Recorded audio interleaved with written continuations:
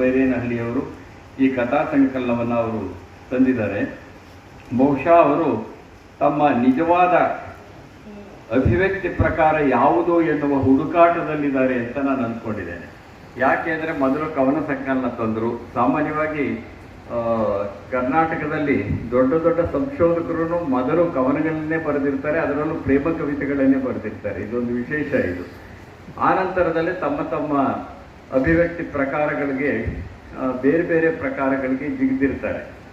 ಇವರು ಕವನ ಸಂಕಲನ ತಂದರು, ಕಾದಂಬರಿ ತಂದರು, ಈಗ ಕಥಾ ಸಂಕಲನ ತಂದಿದ್ದಾರೆ. ಅಂದರೆ ತನ್ನ ಅಭಿವ್ಯಕ್ತಿಯ ಪ್ರಕಾರ ಯಾವುದು ಅನ್ನುವ ಹುಡುಕಾಟದಲ್ಲಿ ಬಹುಶಃ ಅವರಿದ್ದಾರೆ ಅಂತ ಅನಿಸುತ್ತೆ. ಈ ಸಂಕಲನವನ್ನು ಓದಿದ್ದಾದಮೇಲೆ ಇವರ ನಿಜವಾದ ಶಕ್ತಿಶಾಲಿ ಅಭಿವ್ಯಕ್ತಿ ಪ್ರಕಾರ ನನಗನ್ನಿಸಿದಂತೆ ಕಥೆಗಳು, ಸಣ್ಣ ಕಥೆಗಳು ಅಂತ ನಾನು ಅಂದ್ಕೊಂಡಿದ್ದೇನೆ. ಏಕೆಂದರೆ ಇವರ ಮಾಯಾಜಿಂಕೆ ಕಾದಂಬರಿಯನ್ನು ನಾನು ಓದಿದ್ದೇನೆ.